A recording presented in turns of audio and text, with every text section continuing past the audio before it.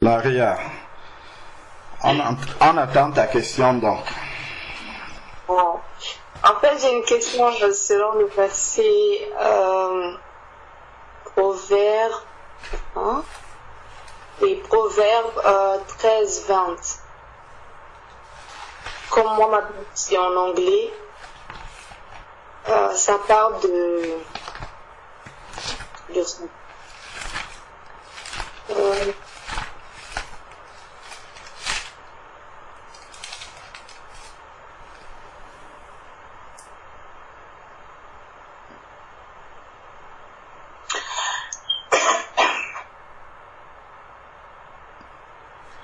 Celui qui marche avec les sages devient sage.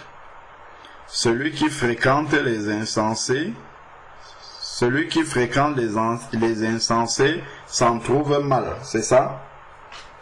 Oui, c'est ça. Maintenant, ma question est où je peux trouver les gens. Bon, je connais des gens qui sont sages, mais dans mon entourage, mes amis sont tous de l'autre côté, sont encore dans le monde. Parce que des fois, je vois des groupes qui partent, comme là, après mon baptême, j'ai repris les réseaux sociaux parce que je me sentais un peu seule. Comme il n'y avait plus personne qui m'appelait, plus personne qui me contactait, donc je me sentais un peu seule, donc je suis retournée, mais je ne poste rien. Et j'ai vu hier un groupe de jeunes qui sont partis évangéliser hier pour Halloween. Mais ça me donne envie de partir parce que je me suis dit que oui, comme j'ai vraiment pas quelqu'un qui est vraiment chrétien, donc je me dis toujours dans ma tête que oui, j'ai envie d'aller avec eux, j'ai envie de participer à ça. Mais quand je vois que quand on part évangéliser, il y a aussi des femmes qui sont en train de prêcher, il y a des filles qui ne portent pas la voix, les filles sont là avec leurs mèches, leurs perruques, donc ça me donne plus envie de participer en fait. Mais de l'autre côté, j'ai envie de partir pour que je me fasse un peu de nouvelles amies qui sont en Christ. Donc en fait, ma question est comment savoir qui sont les vrais chrétiens dans mon entourage parmi les jeunes, parmi cette génération. Parce que là, c'est vraiment dur de voir qui est vrai et qui est faux. Voilà, c'était ça. D'accord. Qui est vrai et qui est faux? Ça, c'est une question à laquelle seul Dieu peut te répondre. Qui est vrai et qui est faux? Je veux dire d'emblée comme ça, si tu ne connais pas vraiment les gens de manière un peu particulière, tu ne sauras pas qui est vrai et qui est faux. Bon, ce passage-ci rejoint un autre passage qui est dans 1 Corinthiens chapitre 15, verset 33, si je ne me trompe pas. 1 Corinthiens 15, verset 33.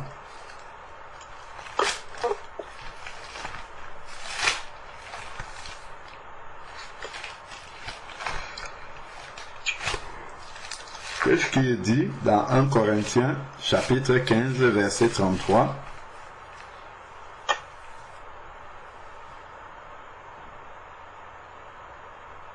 Il dit, ne vous y trompez pas, les mauvaises compagnies corrompent les bonnes mœurs.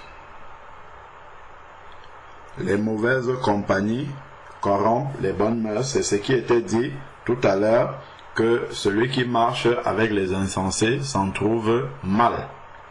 Celui qui marche avec les sages, il va apprendre la sagesse auprès des sages. Maintenant, c'est un travail qui doit se faire dans la prière, toujours. Prier vraiment pour que le Seigneur puisse te mettre en contact avec ses enfants.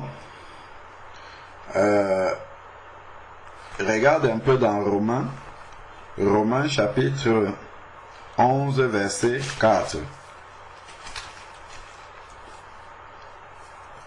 Romains chapitre 11, verset, on peut prendre 2 jusqu'à 5. Romains 11, 2 à 5. Dieu n'a pas rejeté son peuple qu'il a connu d'avance. Ne savez-vous pas ce que dit l'Écriture dans le passage où Élie adresse à Dieu cette plainte contre Israël? Seigneur, ils ont tué tes prophètes, ils ont renversé tes autels, je suis resté moi seul, et ils cherchent à m'ôter la vie. Mais quelle est la réponse divine? Je me suis réservé 7000 hommes qui n'ont pas fléchi le genou devant Baal. C'est-à-dire, voilà les vrais dont tu parlais. Donc, il y a des vrais que le Seigneur s'est réservé. Et il dit, de même aussi, dans le temps présent, il y a un reste selon l'élection de la grâce. C'est-à-dire que dans le temps présent où nous sommes, il y a un reste qui est disposé à obéir à Dieu. Bon, lorsque tu vois des bien-aimés comme celles que tu as vues, il y en a qui mettent les mèches, il y en a qui mettent les perruques, il y en a qui... Bon, bref, ne sont pas selon la piété que toi tu connais. En regardant ça, est-ce que c'est suffisant pour dire que ce sont des faux? Pas du tout. Ce n'est pas suffisant.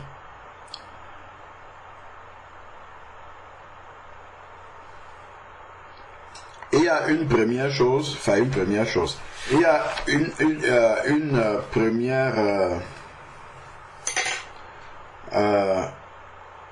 un premier élément, voilà. Il y a un premier élément qui te permet de savoir déjà si quelqu'un est un enfant de Dieu, c'est qu'il te donne son témoignage, le témoignage de sa conversion. Qu'est-ce qui l'a amené à Christ? Comment est-ce qu'il est né de nouveau? Donc, en discutant avec quelqu'un qui est en train de parler de Jésus, il te donne son témoignage, ça te permettra déjà de savoir s'il a personnellement rencontré Jésus-Christ ou bien s'il est en train de suivre la masse.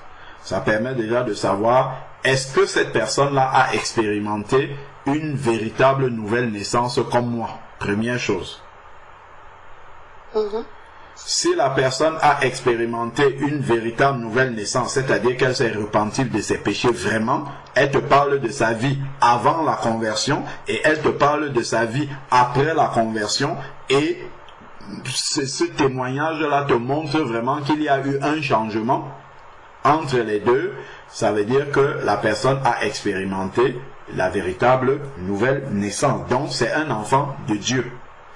Maintenant, dans la marche en tant qu'enfant de Dieu, on ne reçoit pas tout le même jour. Même nous qui sommes ici, il y a beaucoup de choses que Dieu doit encore nous apprendre jusqu'à ce que nous partons de la terre.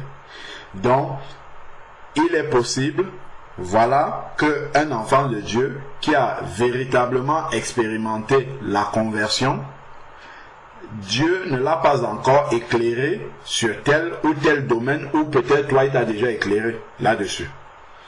C'est maintenant, je m'appuie sur le fait que tous les deux nous sommes nés de nouveau, dont nous recherchons le Seigneur d'un cœur sincère, et maintenant nous avançons ensemble dans le but, nous avançons ensemble pour faire le travail de Dieu, et moi derrière, je commence déjà par préparer cette rencontre-là dans la prière. Si je sais que ce sont vraiment les enfants de Dieu, pour avoir discuté avec eux et savoir qu'ils sont vraiment nés de nouveau, je prépare cette rencontre-là dans la prière en disant, Seigneur, vraiment, voilà tes enfants que j'ai rencontrés. Est-ce qu'il y a quelque chose qu'on peut faire ensemble pour vraiment glorifier ton saint nom? Parce que nous sommes là pour nous exhorter les uns les autres. Peut-être c'est au travers de toi que ces sœurs-là vont être éclairées sur le fait que la femme n'enseigne pas, sur le fait que, je ne sais pas moi, tout ce que tu as cité là, peut-être c'est par toi. Et peut-être tu n'auras même pas besoin de leur dire ça. Juste d'être au milieu d'elles, qu'elles regardent ton comportement, qu'elles regardent la manière dont tu te présentes physiquement, qu'elles regardent la vertu de Christ en toi, cela sera suffisant. celles vraiment qui ont le cœur disposé, tourné vers Dieu, vont commencer à te poser des questions, vont commencer à s'interroger, mais comment il y a un décalage, elle est jeune comme nous, mais nous on voit dans son attitude, dans sa manière de se présenter, quelque chose de complètement différent. Mais dans tout ça, en dégageant l'amour, il faut vraiment dégager l'amour, pas le jugement, pas en venant, ah toi tu as les mèches, toi tu as ceci, ça là ça ne produit rien du tout, ça va simplement permettre que chacun reste de son côté. Pourtant, le but du Seigneur, c'est de gagner toujours, gagner mon frère, déjà gagner les âmes, et ensuite, même dans le Seigneur, c'est gagner mon frère à la vérité. Donc, dans cet amour-là, qu'elles vont voir et voir la manière dont tu te tiens, c'est ça qui va les amener à comprendre que, hey, mais en fait, nous sommes aussi chrétiennes, mais la manière dont nous on voit l'arrière, la manière dont elle se présente, mais pourquoi toi quand tu viens au milieu de nous, pourquoi tu mets même le foulard? Pourquoi? Ah oui, parce que vraiment quand je me suis converti, les frères m'ont exhorté en m'expliquant que la femme doit prier avec la tête voilée. Est-ce que tu veux que je t'envoie l'enseignement? Voici le passage dans 1 Corinthiens 7. 1 Corinthiens 11 parle de ça. Voilà le passage, tu pourras lire et prier le Seigneur là-dessus. Si tu veux, je vais t'envoyer l'enseignement dessus, terminé. Et puis maintenant, tu entres dans la prière derrière. Pour que le Saint-Esprit, quand elle va aller lire ce passage-là, que ce soit l'Esprit de Dieu qui lui ouvre l'esprit pour qu'elle puisse le comprendre. C'est comme ça vraiment que nous pouvons utiliser l'éclairage que le Seigneur nous a déjà donné pour gagner et non perdre les personnes. Parce que c'est toujours ça le but. Si le Seigneur nous éclaire, ce n'est pas pour que nous soyons éclairés seuls, c'est pour que nous éclairions aussi d'autres personnes. C'est pour que Dieu puisse nous utiliser pour pouvoir éclairer d'autres personnes.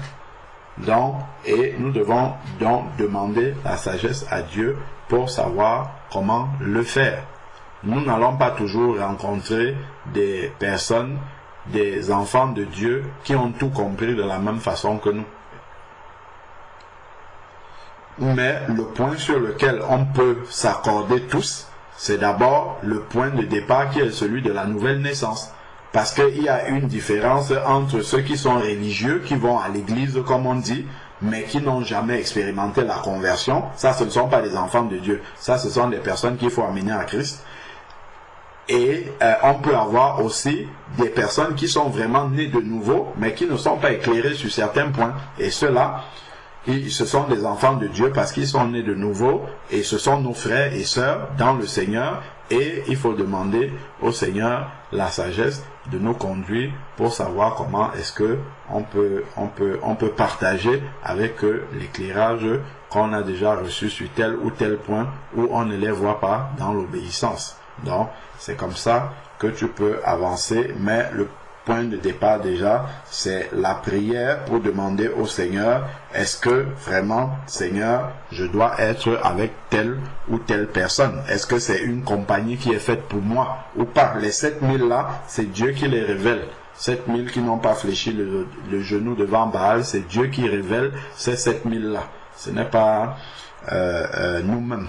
Donc vraiment c'est dans la prière, et après une fois que le Seigneur t'a éclairé la démarche, c'est vraiment celle-là, apprendre à les connaître, apprendre à par leur témoignage personnel, tu pourras savoir si vraiment ce sont des enfants de Dieu qui sont nés de nouveau, ainsi de suite. Voilà.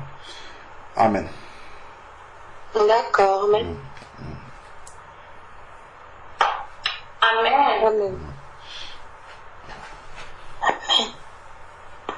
Amen. Amen.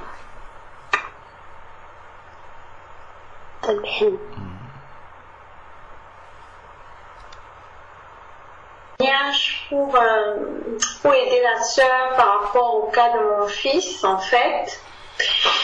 Donc, je pense qu'il est aussi important d'être enseigné à la maison et savoir aussi, parce que par rapport à mon fils, en fait, c'est-à-dire, il fréquente des personnes qui sont dans la religion, mais l'enseignement qu'il a à la maison, en fait, ça le conforte encore plus parce que ce qu'il voit, en fait, il ramène à la maison et ça ouvre en fait une conversation et ça lui permet aussi de cerner, de voir la différence, de ne pas seulement accepter l'enseignement parce que ça vient de moi, la maman, mais le fait de voir aussi la manifestation de quelque chose de différent l'éclaire encore plus. Donc c'est pas donc il faut pas vraiment s'isoler. Donc le frère a vraiment bien répondu, il faut prier et en fait étant en présence avec ces personnes, pouvoir aussi c'est-à-dire on est encore plus éclairé par rapport à la parole de Dieu, parce qu'on peut aussi voir les conséquences, les manifestations de la désobéissance et ça peut encore conforter notre foi. Donc je veux juste dire, c'est ce qui est arrivé par exemple à mon fils, il a vu des conséquences de désobéissance et ça lui a permis encore ça l'a conforté en fait dans ce que je lui disais par rapport à la parole de Dieu. Parce qu'en fréquentant aussi ses amis qui sont encore religieux, il a pu comprendre en fait et ça lui permet encore aussi de pouvoir poser des questions, s'interroger et mieux comprendre aussi l'enseignement. Donc c'est ça. Je ne sais pas si ça peut t'aider, mais je voulais juste prendre un cas pratique parce que c'est aussi un jeune. D'accord, merci. Amen. Gloire à Dieu. Amen. C'est Laria. Oui. Bonsoir. Bonsoir. Ça va? Oui, et vous? Oui, par la grâce de Dieu, ça va. D'accord.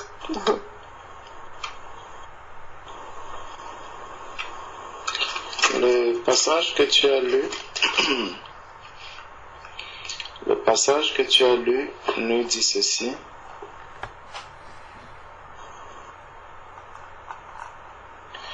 Celui qui fréquente les sages,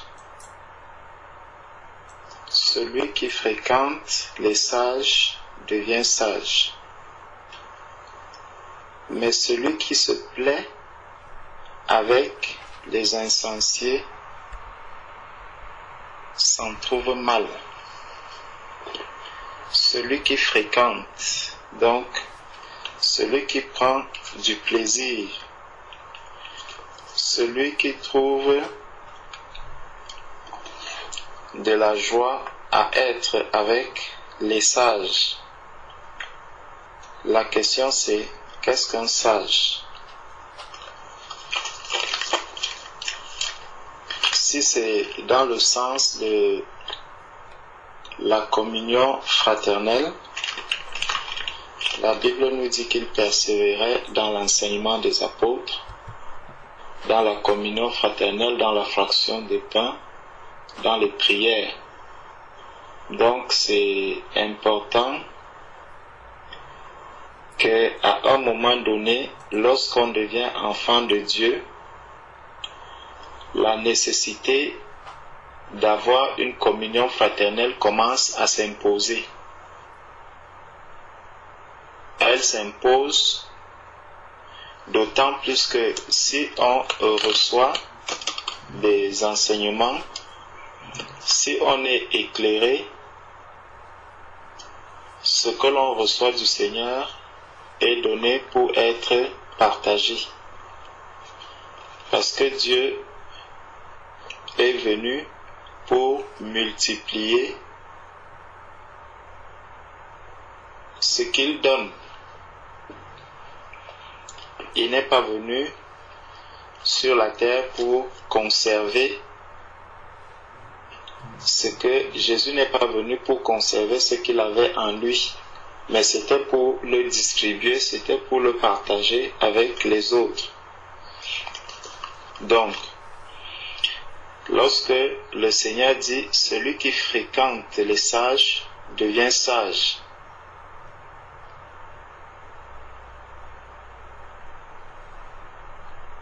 c'est que au milieu des sages,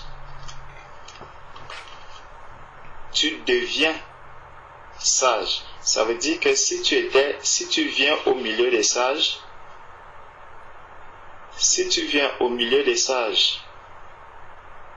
n'étant pas sage, les sages vont t'amener à devenir sage.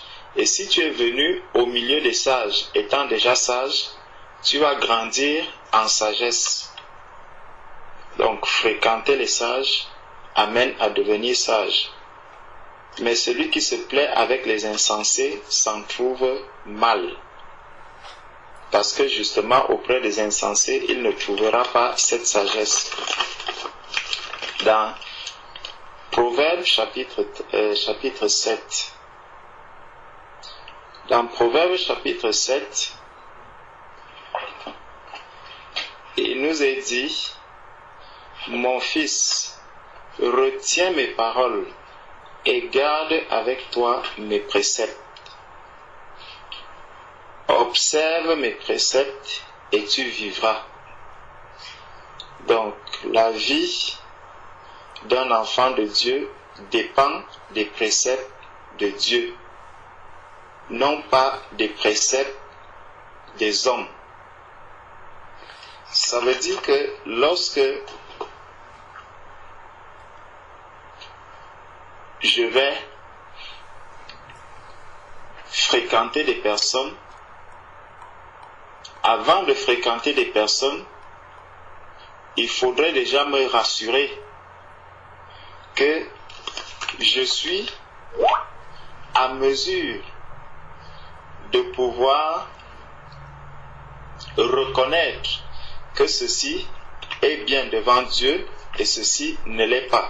Donc, en reconnaissant les préceptes, ayant déjà acquis les préceptes du Seigneur, je pourrais donc discerner, je pourrais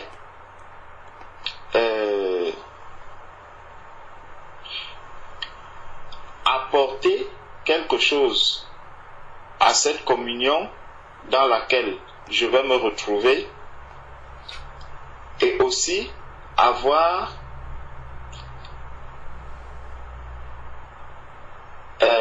la capacité de pouvoir me jauger par rapport à la sagesse que j'ai en ce qui concerne les préceptes du Seigneur, donc la connaissance que j'ai des préceptes du Seigneur. Le Seigneur dit, observe mes préceptes et tu vivras. Garde mes enseignements comme la prunelle de tes yeux. Lis-les sur tes doigts, écris-les sur la table de ton cœur. Dis à la sagesse, voilà. Dis à la sagesse, tu es ma sœur. Dis à la sagesse, tu es ma sœur, et appelle l'intelligence ton ami. Appelle l'intelligence ton ami. Donc c'est l'intelligence qui doit être ton ami. C'est l'intelligence qui doit être ton ami. La parole de Dieu doit t'aider. La parole de Dieu doit t'aider vraiment à ne pas avoir, ne pas prendre une distance vis-à-vis des personnes qui sont autour de toi par la vue. Mais c'est vraiment en jaugeant à la lumière de la parole que tu reçois, en jaugeant par rapport aux préceptes que tu auras reçus du Seigneur, de la parole de Dieu. Parce que si nous jugeons les uns et les autres par ce que nous voyons, le jugement est très rapidement faussé, le jugement est très rapidement tronqué. Il il peut arriver qu'une personne n'ait pas encore reçu peut-être un enseignement sur la question du voile, mais cela ne fait pas de cette personne quelqu'un qui n'est pas né du Seigneur. Quelqu'un peut ne pas encore avoir reçu l'enseignement sur l'enseignement de la femme, que la femme ne doit pas enseigner. Mais cela ne fait pas de cette personne quelqu'un qui n'est pas né de nouveau. Il faudrait qu'il ait reçu un enseignement.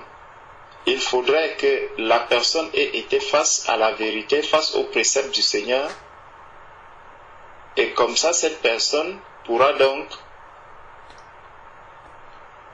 Et comme ça, toi, tu pourras savoir que, bon, voilà, telle personne, on lui a quand même donné un enseignement concernant le foulard, mais je me rends compte que elle s'obstine, elle ne veut pas porter le foulard, donc, pour elle, elle refuse le précepte du Seigneur.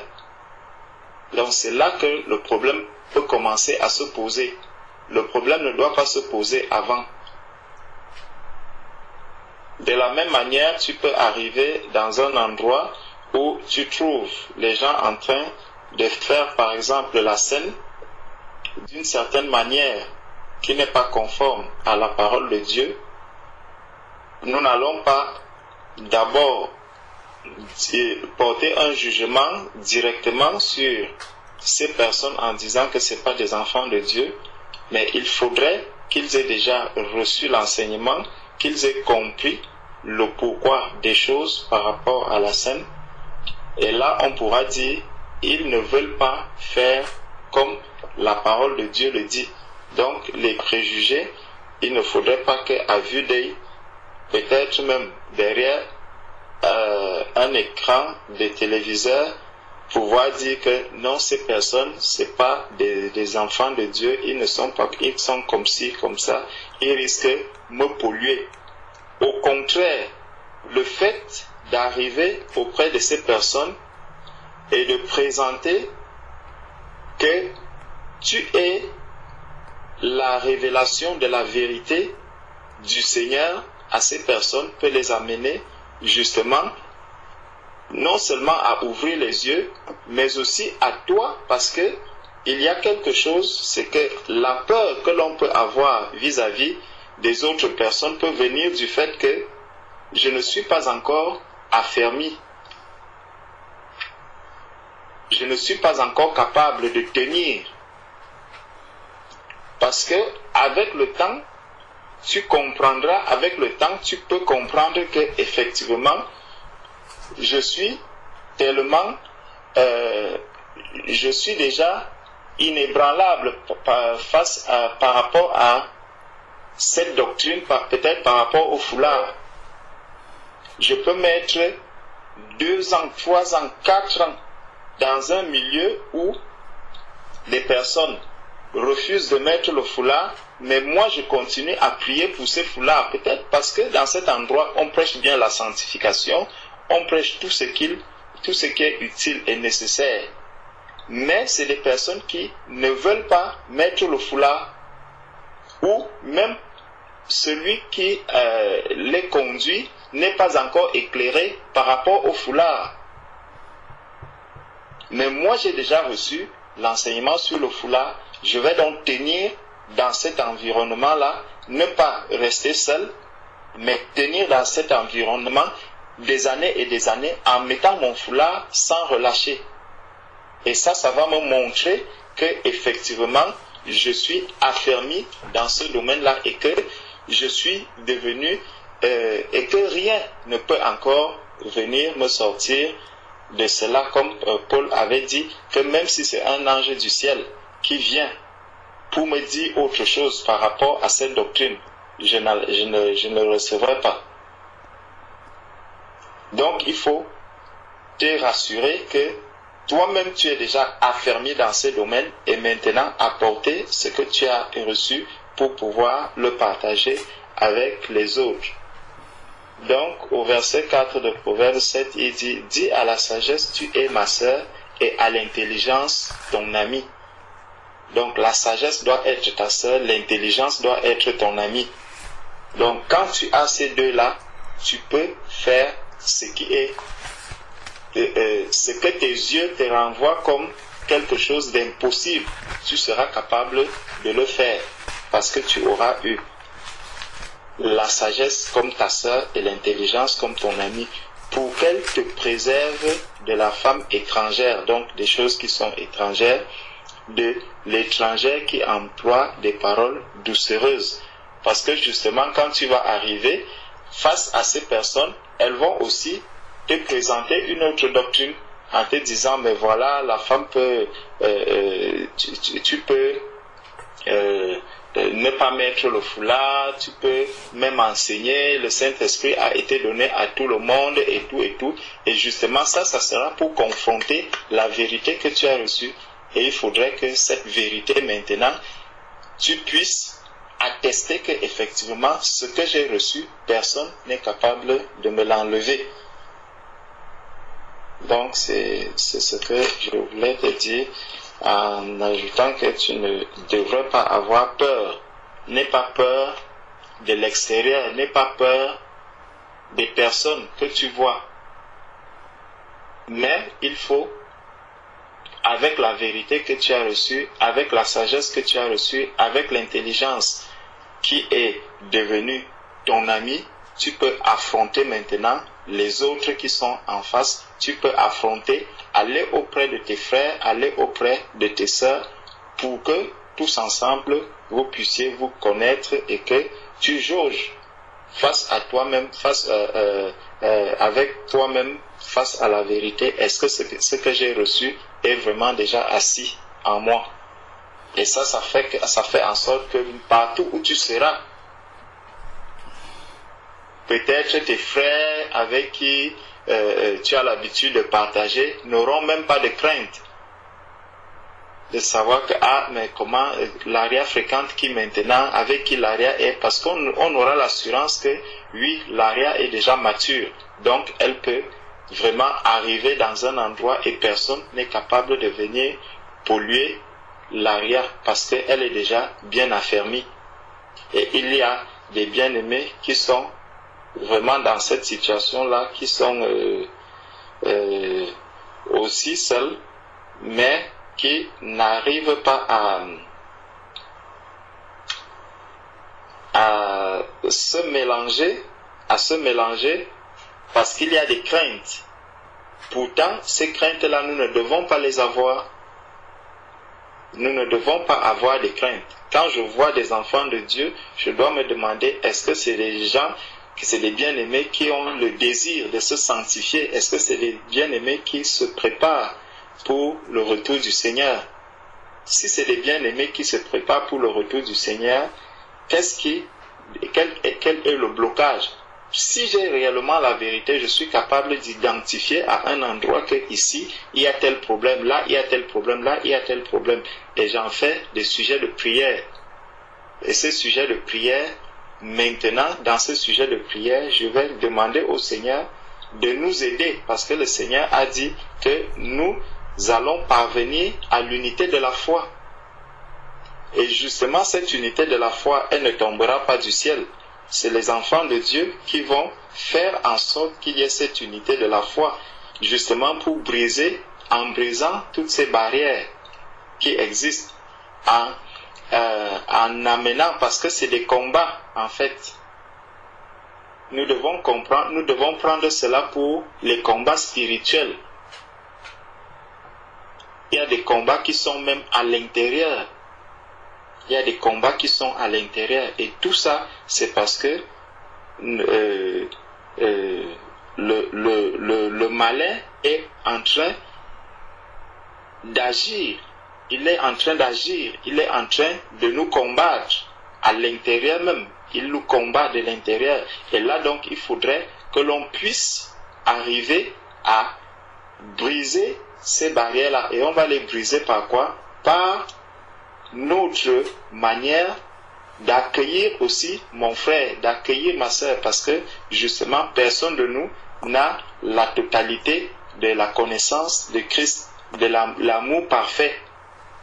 L'amour parfait, nous ne l'avons pas encore. Et justement, chacun de nous a une portion de cela et il faudrait qu'à un moment donné, on puisse se rassembler, qu'on puisse se retrouver. Et en se retrouvant, nous aurons alors la possibilité de briser les murs, de casser certaines choses, pour qu'on puisse s'intégrer les uns dans les autres, mieux se comprendre, mieux s'accepter et avancer ensemble pour qu'on parvienne à cette unité. Voilà ma soeur, ce que je pouvais te dire. Amen. Amen. Merci. Amen. Amen. Amen. Petit point. C'est vrai que la question de la sœur est vraiment profonde. Et quand on y pense, on se rend compte que y a un aspect, comme le frère Georges a dit, que le malin peut utiliser pour en fait diviser, séparer les enfants de Dieu, les éloigner les uns des autres. Le livre de 1 Jean nous dit au verset 1 Jean chapitre 3 verset 9 nous dit simplement que quiconque est né de Dieu ne pratique pas le péché parce que la semence de Dieu demeure en lui et il ne peut pécher parce qu'il est né de Dieu. C'est par là que se font reconnaître les enfants de Dieu et les enfants du diable. Donc, véritablement, l'un des critères, l'un des signes par lequel on peut distinguer véritablement un enfant de Dieu, c'est sa vie de sanctification. Une fois que tu es né de nouveau, il va faire l'effort vraiment de se sanctifier, de demeurer vraiment obéissant au Seigneur. Parce que la parole de Dieu nous dit, sans la sanctification, nul ne verra le Seigneur. Donc, dès que je vois en mon frère ou bien en ma soeur cet aspect, cet effort vraiment quotidien de vivre dans la sanctification, de chercher toujours à se parfaire, c'est un bon indicateur qu'il y a vraiment quelque chose qui a été fait dans le cœur et que cette personne-là, c'est vraiment quelqu'un qui cherche le Seigneur d'un cœur sincère. Et heureusement, ce qu'on voit, c'est que souvent le malin nous met beaucoup de doutes, de suspicions, de craintes les uns envers les autres sur des aspects qui ne sont pas forcément fondamentaux, sur des aspects qui peuvent de prime abord comme ça te décourager et bien t'effrayer, t'éloigner de ton frère ou bien de ta soeur, sans même t'approcher pour vraiment examiner sa marche dans la conversation, comme le frère Alain a dit, demander son témoignage de conversion. Déjà, tu vois ta soeur, elle n'a pas un voile sur la tête pendant qu'elle est en train de louer le Seigneur et ça peut te bloquer. Oh, ça, sûrement que, voilà, elle, c'est pas ma soeur.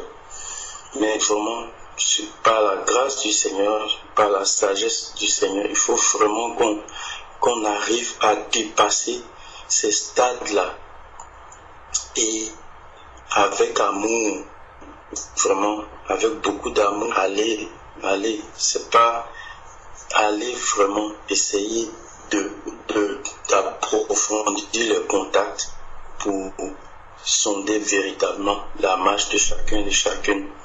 Et c'est ainsi qu'on va faire tomber beaucoup de barrières. Actuellement, on se rend compte qu'il y a beaucoup de divisions parmi les enfants de Dieu. Beaucoup de divisions. Gloire à Dieu. Le frère Georges qui a ajouté que nul n'a encore le monopole de la connaissance. Nul ne peut prétendre qu'il a la connaissance parfaite. Donc, déjà, si je vois en mon frère, si je vois en ma soeur ce désir, cet amour véritable, sincère pour le Seigneur, c'est mon soeur, c'est mon frère, c'est ma soeur. Et qui sait, si le Seigneur ne va pas m'utiliser pour lui apporter quelque chose, pour l'éclairer sur tel ou tel aspect de sa vie, de sa marche aussi. Et qu'est-ce que moi aussi, je ne veux pas gagner, aller au contact de mon frère ou bien de ma soeur.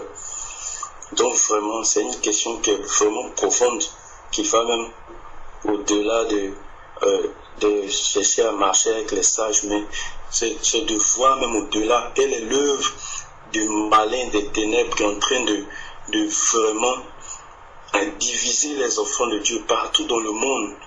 Je vous dis partout dans le monde, c'est l'œuvre des ténèbres vraiment pour mettre la suspicion, le doute, la méfiance parmi les véritables enfants de Dieu sur des points vraiment de doctrine qui ne sont pas véritablement salutaires.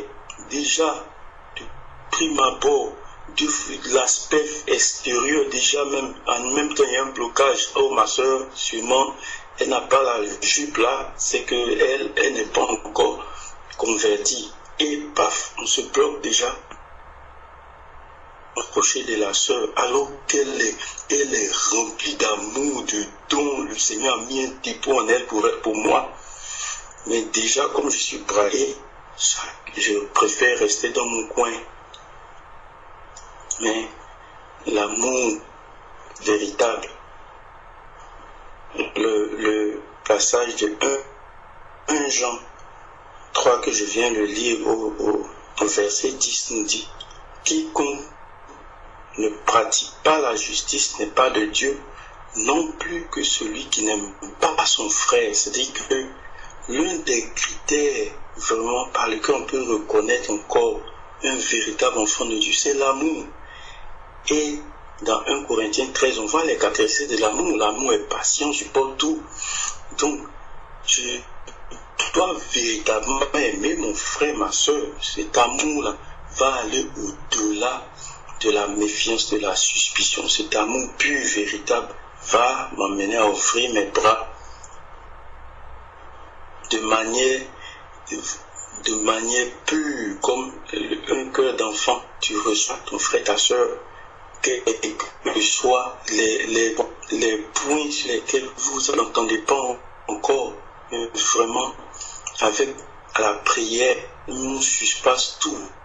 Avec la prière, la patience, qu'on va se témoigner les uns aux autres, les uns les autres, on peut surmonter tout ce que le malin est en train de mettre en œuvre actuellement pour diviser les bien-aimés. Donc vraiment, gloire au Seigneur pour cette question-là qui nous amène encore à réaliser que ce n'est pas nécessaire, oh bien-aimé, ce n'est pas nécessaire de se déchirer sur des points futiles souvent, des points futiles, on se lance des flèches, alors que il y a plein d'âmes au dehors qui ne connaissent pas le Seigneur, et tu vois les enfants de Dieu se tirer là-dessus, s'attaquer les uns les autres, se diviser, et les âmes se perdent. On se montre, on se donne un scandale dans le monde, parmi les inconvertis. Nous, ils regardent la bataille que se livrent les enfants de Dieu.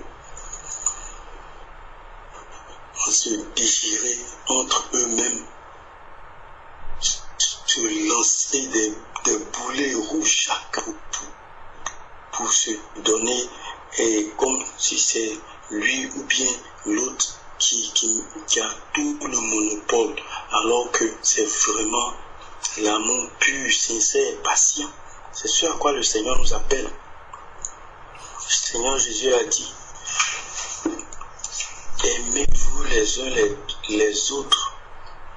C'est par là que on reconnaîtra que vous êtes mes disciples, par l'amour que vous aurez les uns pour les autres.